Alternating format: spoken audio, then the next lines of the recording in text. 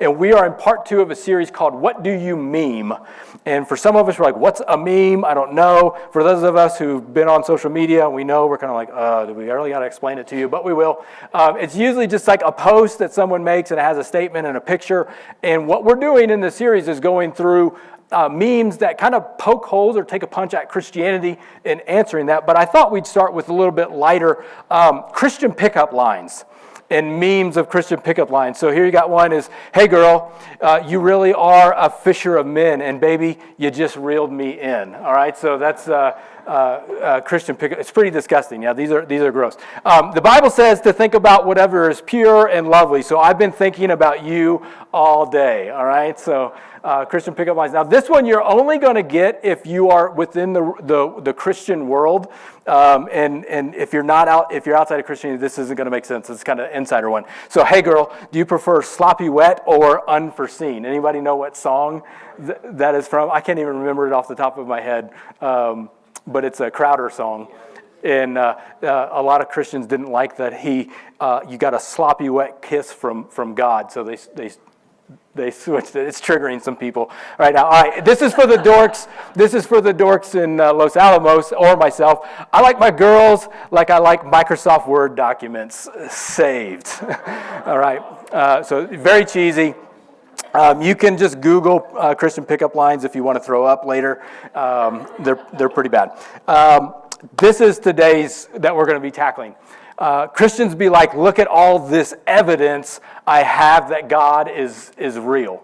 And so obviously you see the guy squinting, so he's saying there's not much evidence that God's real. Some of us, we feel like this. Just this one picture with this text is like, the evidence that I can think of or would try to come up with may be that small. I want to help us with that. I want to help this guy kind of open his eyes a little bit. He doesn't need to squint. I think there are 5 things that I think are huge, that have massive implications on how we live our lives. 5 pieces of evidence that I want to go through today. But before I kind of jump in with that, I want to give you a couple definitions and I want to give you one illustration on this. So let's talk about atheism.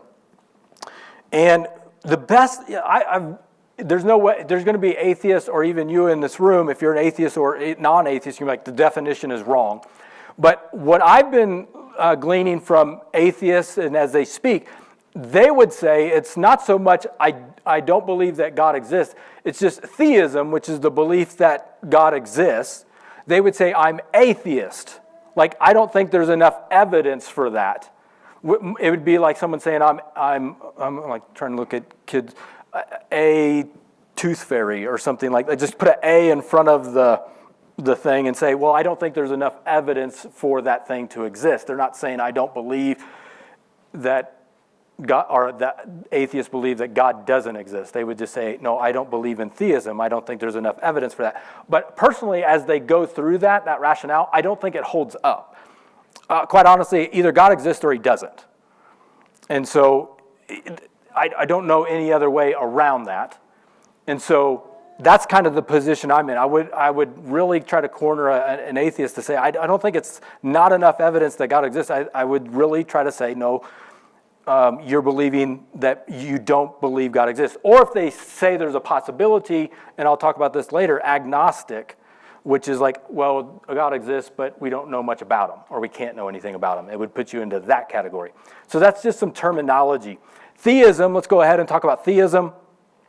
This is the idea that there's one God, and I'm just going to hit this real quick, okay, because you're going to be like, well, why are these there? But if you were really to go through the rationale of okay, there's no, God doesn't exist or God does exist. There's some sort of supreme being. This being would be infinite, unlimited, uncaused, eternal, unchangeable, omnipresent, pure. Like there's no potential. It's all actualized. There's only one. I don't have time to really bite into all of those. I'm trying to really give you the highlights here, but that's this being.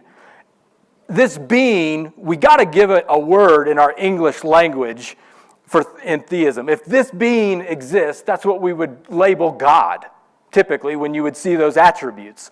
So I'm going to just say this being of theism is called God. There's only one of them, and it's just all infinite, okay? So I'm saying either God exists or he doesn't, and we're going to try to break that down. Now, can you prove, Mike, can you prove 100%, with 100% certainty that God exists? I'm going to say no. All right. Now, for some of you, it might get tense. You're like, what? What's going on here? Let me give you an example to help explain. All right. So I got a picture up here I want to show you. Let's say I get home from church today to find my door is open. And when I walk in to my house, I noticed that all my electronics are stolen. Someone has graffitied the word sucker on my wall. And my neighbor comes out to say, I saw someone running out of your house with all of your electronics. All right, so we're immediately going to be thinking, I got robbed. There was a burglar that came into my house. But let's imagine scenario number 2, where I come home, I see the doors open, I'm kind of frantic looking around, and what I come to find out is that, it's a windy spring day, I didn't lock my door, the door blew open. A good Samaritan happened to be walking by, saw that there was a situation of which my door was open, all the electronics, they were a good Samaritan. They didn't want my things to be stolen, so in their good Samaritan nature, they took the stuff and were going to hold it for safekeeping until I arrived back home. Somebody during that time was running by, they loved graffiti, and the graffiti things, they saw the situation, it was open to graffiti someone's house, so they stepped in, wrote sucker on my wall. My neighbor saw the Good Samaritan taking the stuff out who was trying to protect my equipment. But in isolation, this could be true. Like that, all of those things could have lined up. So we can imagine 2 different scenarios where I walk home and nothing's in my house, the electronics are gone. And so there's a possibility that scenario 2 could be true. But for you and I, when we look at the evidence, when we examine the evidence, and that's what we're talking about, you're going to, like most of us would have immediately gone to, well, the evidence suggests and points scenario number 1 when you look at it. So when I say you can't prove it 100% true, what I'm saying is we can always envision or imagine something else. But we got to look at the evidence, and it's almost a bit of percentages to say, well, what does the percentages, what is the evidence, what does the probability suggest here? And that's what I want to try to open up with you today and kind of share with you is what are these? I want to go through 5, and I think these are huge. I think if you're open and honest today, you really got to wrestle with these. And the first one is cause and effect. Cause and effect. Now, I have with me my awesome Yeti mug that we gave away at church a couple years ago, and I have some coffee in here. It's lukewarm. Who in here, by show of hands or online, cold coffee drinkers? Cold, warm, hot, or hot coffee. All right, we don't like the lukewarm. Okay, everybody, the cold ones, we'll have a prayer section over here for you later. There's something off, and so we'll try to fix that. Okay, so I have my coffee here. You would say, where did you get the coffee? Because I want some. We're not serving any. Where did you get this coffee? And I could say that the coffee in here actually, you know what? I poured it in from. I didn't have a table, so I just got to work with this, and that's fine. The coffee actually came from that cup. And you're like, okay, well, where did that coffee come from? And I would say, well, it actually came from that cup. Well, where did that coffee come from? It came from that cup. Where did that coffee come from?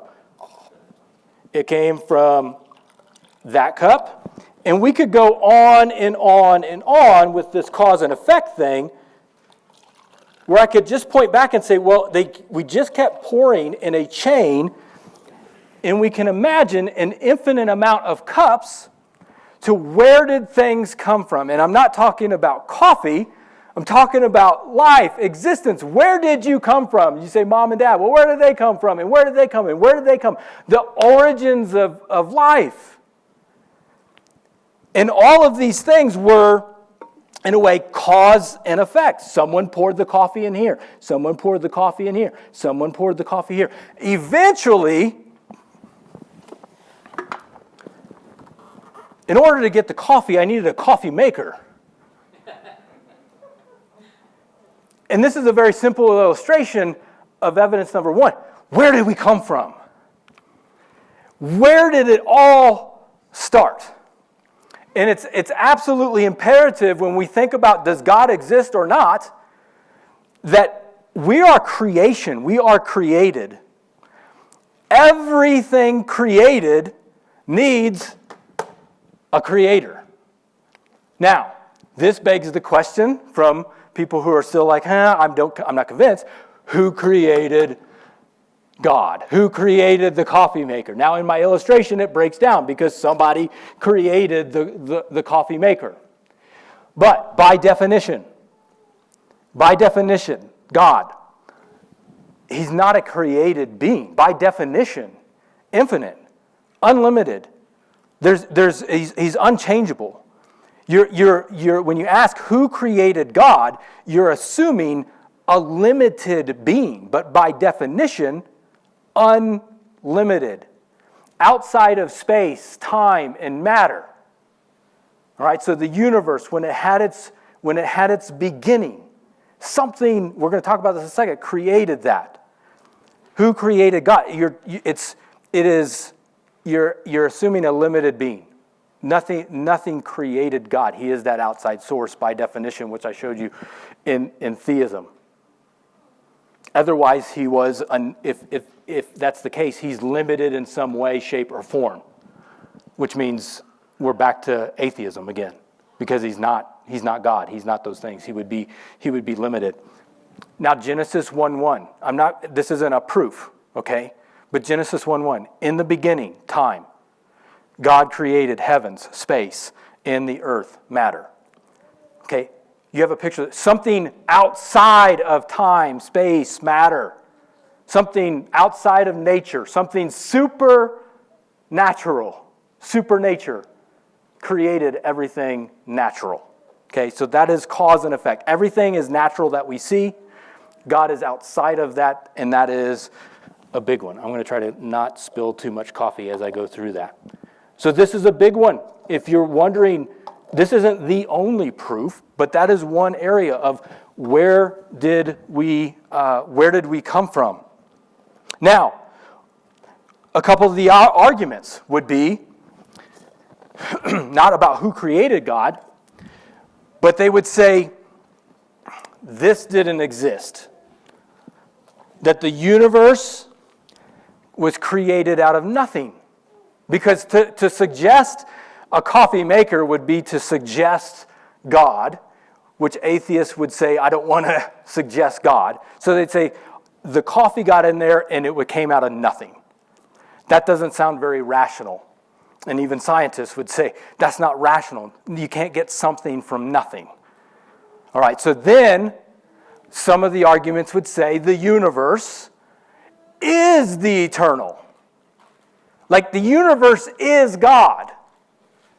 So this is the universe. And the universe that we know right now is in continual expansion. So in a way, for millions and billions of years, the universe has always been and is just in this continual state of creation right now. So it is this infinite being. But the implications, okay? So the world is God. The universe is God. It's this infinite thing that we're talking about, all right? The implications, if you follow the lines and the dots, that means you and I, we are of this world. We're in this part of this infinite creation being. That would mean you're God. I'm God. Which is so you might be like, what? I'm God? Woohoo, that's awesome. But that in itself would go ahead and show you that it's a contradiction. God is unlimited, all-knowing, all-powerful. You can't just learn something. And so you have everything in this universe. If you were to look at the stars, the sun, the planet, us, the plants, anything you see in this world or in the universe, it's all created. It is all finite. It all had a cause before it. And so you can't have a ton of everything that is finite be unlimited. It's an absolute contradiction. And plus, you're a terrible God, by the way.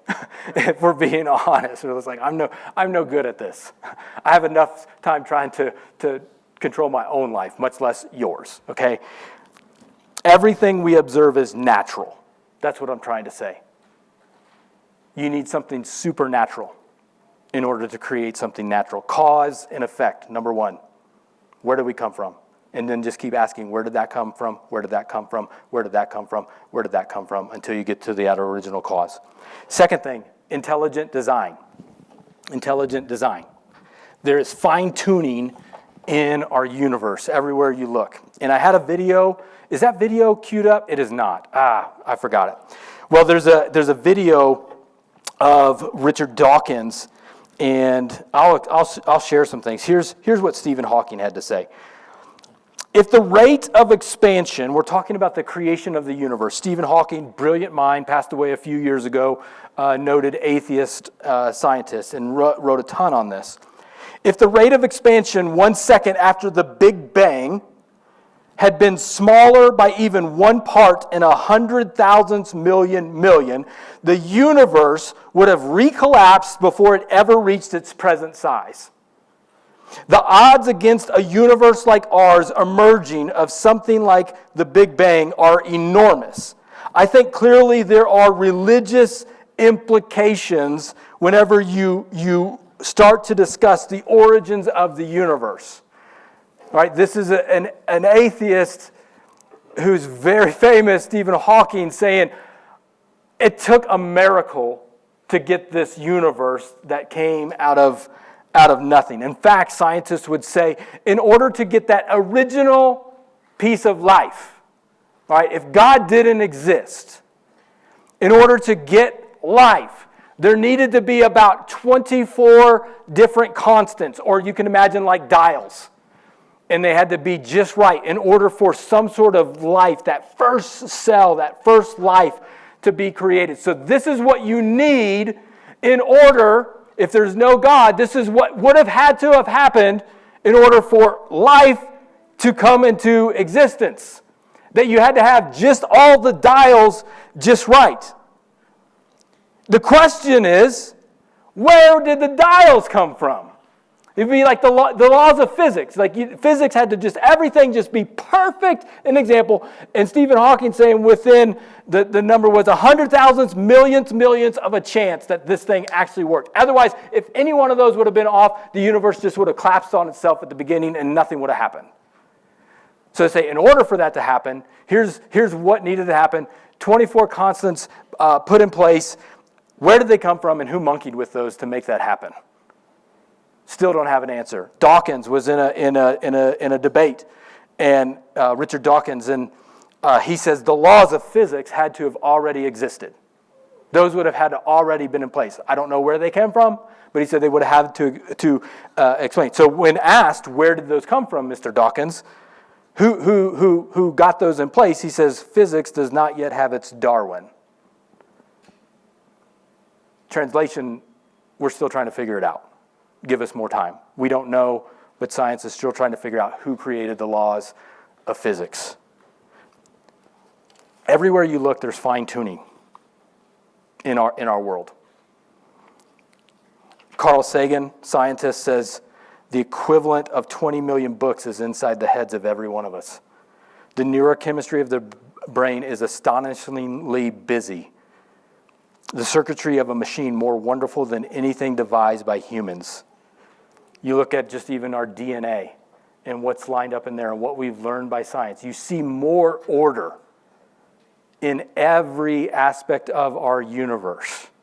And if everything was just randomly placed together, like if I were to take confetti and just drop it here, it only gets more random and more complex as it goes, not more ordered. It doesn't just all pile up together. But when we are honest, When we're rational and we look, we see from the smallest cells to the universe and its grandness. There's order in and all around us. Now, granted, there's chaos that's going on too. But you got to look at the intelligent design. You cannot just dismiss the order and where that came from. It's a huge aspect when we're talking about what's the evidence for God? Well, let's see where everything came from. Describe that. Then, what is the fine-tuning of our universe? How did that happen? Because we see it everywhere. The third one is morals, moral evidence. This one, to me personally, is one of the biggest ones. We talked about this last week with Charlie. He kind of shared about this, and I want to talk about this. Stephen Hawking. I'm quoting a lot of what I would call new atheists, this new atheism, and a lot of their ideas, and some of their main, not everyone, but a lot of the main people who you would see who's refuting Christianity or refuting God and saying we're atheists, and this is why.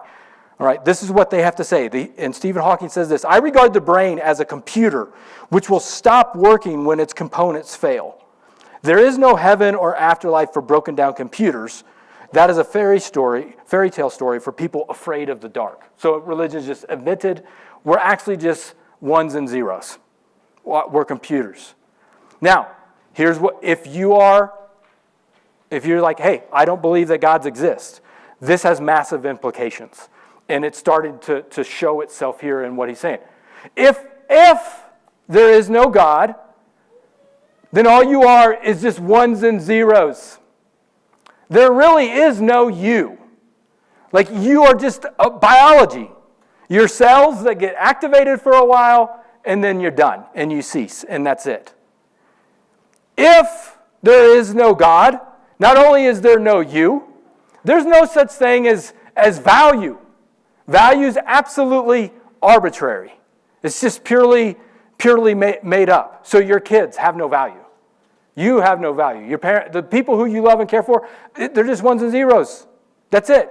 Cease to exist forever if there is no God. One of the biggest ones, there's no such thing as justice. In an atheistic theology or worldview, there is no such thing as justice. There is no standard for morality. What you end up with is you have your justice, your way. Hey, this is what's true for me. This is how I'm living my life. And you have your justice. I have mine. KKK has theirs. Republican has their justice. Democrats have their justice. ISIS has their justice. And you end up with all of this rich person justice, all of this type of injustice, and there's no way to stake a foundational claim on who's right, who's wrong. This has massive implications. One thing I know is nobody lives like that. In fact, let me give you a few more quotes. In another example, in another debate, Richard Dawkins was with Justin Brierley, and Justin Brierley said, so when you make a value judgment, don't you immediately step yourself outside of the evolutionary process and say that the reason this is good is that it's good, and you don't have any way to stand on that statement? This is being asked to Dawkins. Dawkins says, my value judgment itself could come from my evolutionary past. So he's saying, and I've heard other people say, hey, it's just my values, my morals, I don't believe in God, it came from evolution. It came from my biology. That's where I know my sense of right and wrong. So Justin Brierley says, okay, it came from your evolutionary past, so therefore it's just as random, in a sense, as any product of evolution. Richard Dawkins says, yes, you could say that. It doesn't, in any case, nothing about it makes it probable that there's anything supernatural. So Dawkins is saying, hey, this came from my evolutionary past, it's random, but it doesn't necessarily mean it had to have come from God, my morals. Justin Brierley says, ultimately, then your belief that rape is wrong is as arbitrary as the fact that we evolved 5 fingers rather than 6. And Dawkins says, yeah, you could say that. Nobody lives like this. If God doesn't exist, you have to check these boxes. You're no more than ones and zeros. There is no such thing as value. morals is as random as you having 5 fingers versus 6 on your hand. Atheism is impossible to live. Try to live like this for one day. You can't. Any sort of, they would be borrowing from theism. Any sort of value or moral judgment is actually borrowed from a theistic worldview. You might be saying, well, who needs God? If you came in there and say, I don't need God. There is no God. I'm fine on my own or whatever. Then this is what you have to live with. There's not much hope in that. Let me do this. Let's say we found out in our evolutionary process that it was good and healthy and right to torture Dallas Cowboy fans. All right? Yeah, I know they're already tortured enough. Why do you gotta? All right, but somehow we found it was good. Torture them. Just go after them, punch them. Let's say, you know what? If you saw one and you were hungry, you just leap over and you grab them by the back of the neck and you bite them and you just start eating lunch and you're like, oh, why are you cannibalistic or whatever? You're like, hey, it's just natural. It's just wired in me to do this. No, we wouldn't do that. That's crazy. Just this past week, at Ashley Pond, I don't know if you saw this. We have Homer and Edna, all right? But apparently, they caught this on film. 2 ducks were brought in by somebody to Ashley Pond. And then these 2 ducks were then attacked by all the other ducks because they're not of the tribe, right? And so then these ducks, here they are, had to be rescued because the other ducks were just going after them, probably would have killed them. I don't know ducks biology or whatever, but that's what happened. Now here's what the newspaper said. The newspaper said, Los Alamos Animal Shelter told the Los Alamos Daily Post Monday that an individual was spotted on cameras carrying the 2 ducks in a pet kennel at Ashley Pond. The person released the 2 ducks, watched them for a bit, and then left. The 2 newcomers, which were already sick and injured, were pecked at by the long-term inhabitants. If all we are is nature, nature knows no justice. If anything, nature is cruel. And so nobody blamed the ducks. When I got on social media, no one's like, no, those ducks, I can't believe that's how they would treat a newcomer. That's outrageous. No, we looked at the ducks and say, that's pretty normal. What did you think was going to happen? The human, however, who did that? I don't know if it was someone in here, it doesn't even matter. They were not happy with the human. Whatever he did, whatever that person, he or she did, something was wrong. Why does the human, if everything's natural, get judged at a certain level? You need theism to get there. And by the way, the Bible, which I'm not using as a proof, just says you were made in the image of God. You are set apart from all of creation. There's something valuable about you. That all of this longing for meaning and purpose and value, it just might be the thumbprint of God. And all I want to say to you today, whether you're watching online, you're watching a replay, or you're in the room, you can't dismiss these things. I didn't use anything, any shred of the Bible say, well, the Bible says, and this is how you prove that God exists. You don't need it. You can just look at life. You can look at the complexity and the order in life, and you have to come to a conclusion. Look at the evidence and see which one can be lived out. Which one points in the right direction. I'm not, as far as Christianity is concerned and why I believe in God, the big one was morals. I believe I have value. I believe I have purpose. I believe you do too. And when it came to my kids, I believe that even more. But if I had to go with the godless world, I have to start living a different way. And I just couldn't do that because everything pointed to their value and your value. And again, the Bible, it talks about this. It says, for ever since the world was created, people have seen the earth and sky. Though through everything God was made, and they've clearly seen his invisible qualities, his eternal power and divine nature, so they have no excuse for not knowing God. Again, I'm not using that as a proof for why God exists or why Christianity is true. I'm just saying that's how the Bible describes it. So cause and effect, where did we come from? Intelligent design, morals, what's the standard? Those are 3. Now, where does that get me? And it gets you to God exists. That doesn't get you to Christianity, by the way. And I'm going to try to wrap this up here real quick, because I got two more things I want to share with you.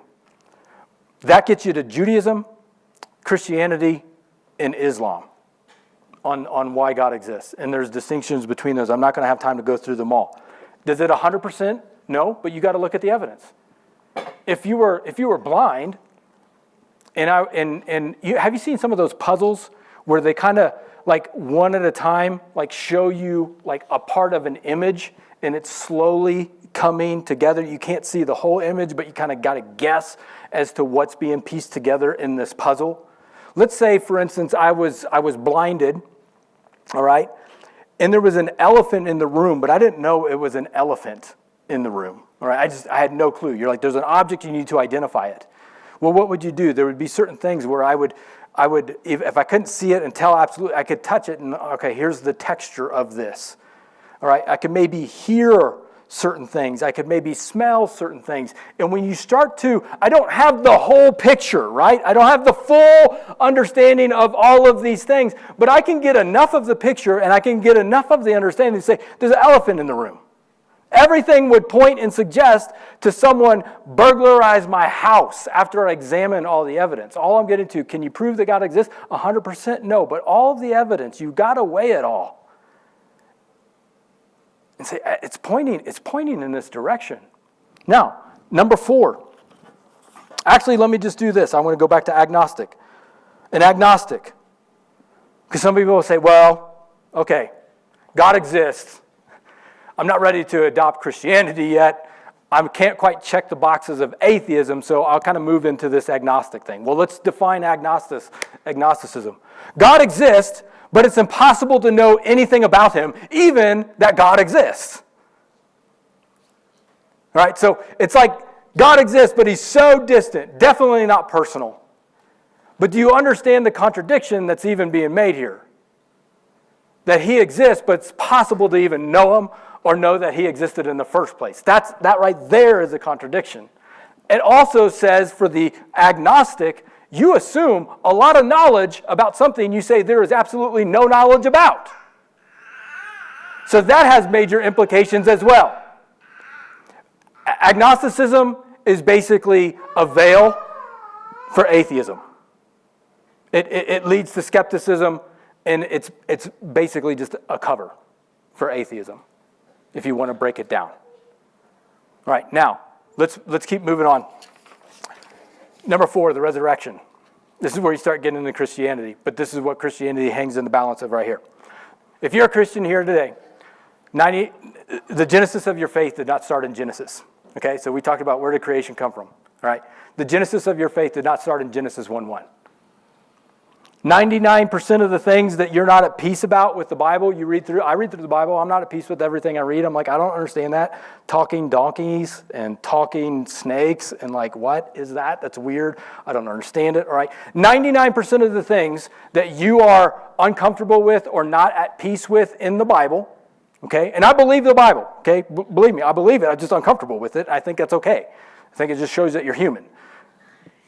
But 99% of those things that I'm uncomfortable with have zero to do with the meaning of Christianity, the foundation of Christianity. What's the foundation of Christianity? The resurrection. Paul said it like this. He said, if Christ has not been raised from the dead, then all of our preaching is useless and your faith is useless.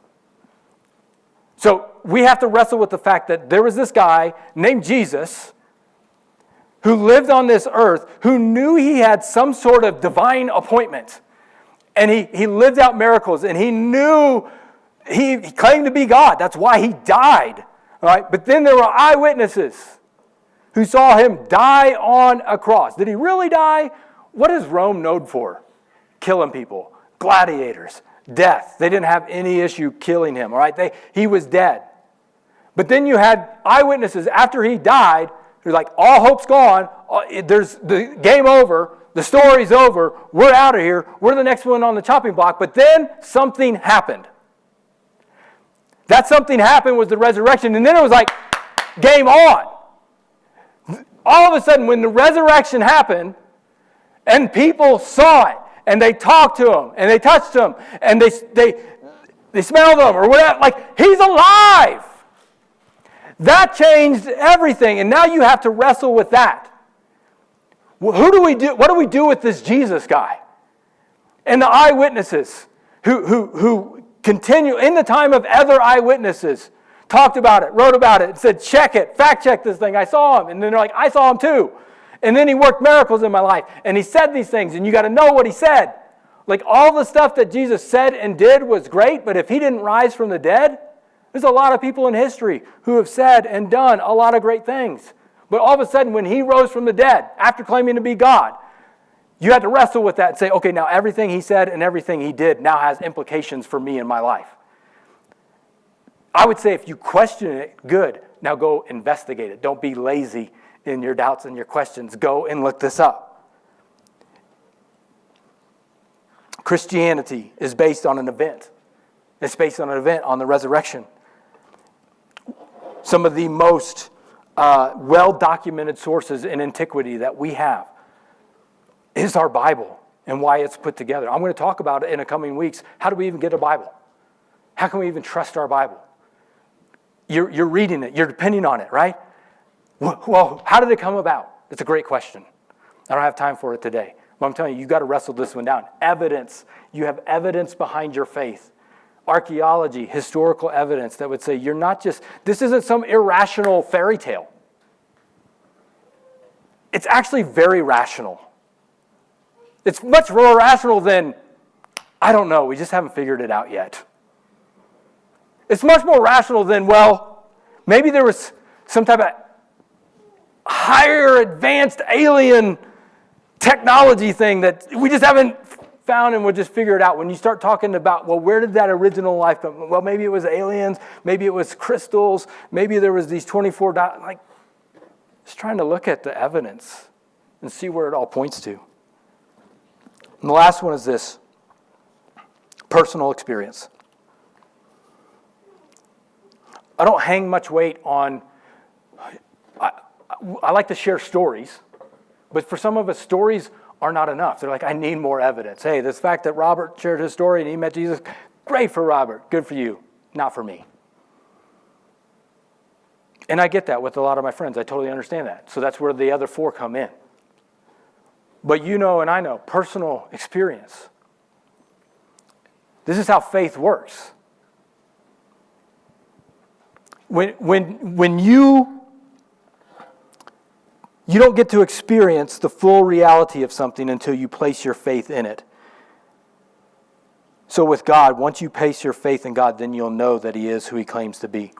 Now, you might be like, well, I'll just say this. You practice faith every day. How many of you had coffee this morning? Okay? For those of us who are married, you trusted that your spouse didn't poison your coffee when they handed it to you because they were being nice. Or they didn't poison it the night before, right? You had faith. You just trusted that you had faith. If you use money, cash, you have faith in our government.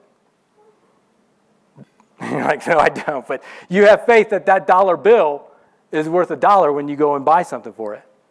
You have faith when you came in this room and sat down in a chair. You may not have fully examined it, but you had faith. Hey, this looks like a chair.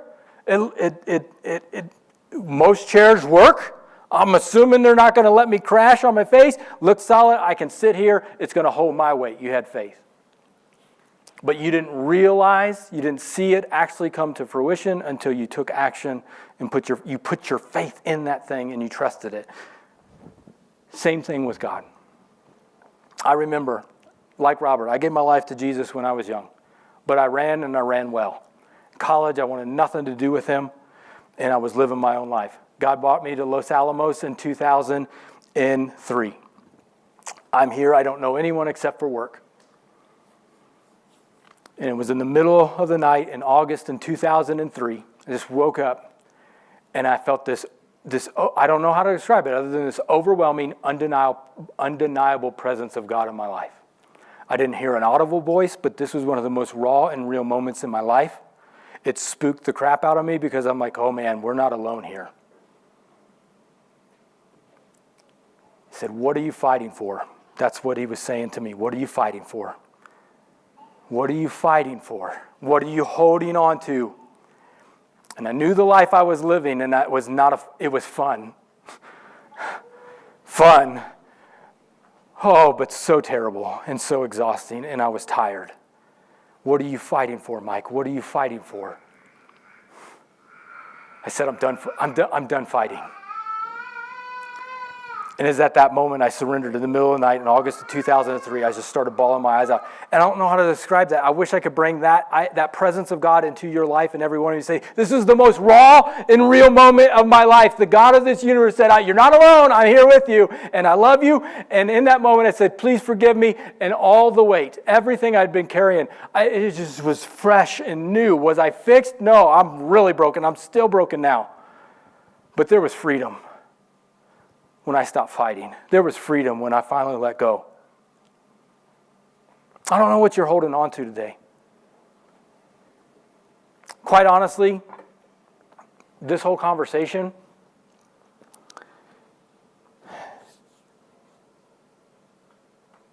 it boils down to one word: surrender. You look at the evidence, because here's the thing. You could be here today or watching online, you're like, I'm an atheist, I hear you. Yeah, it's logical, but I don't believe it. You could give me the most logical explanation ever. I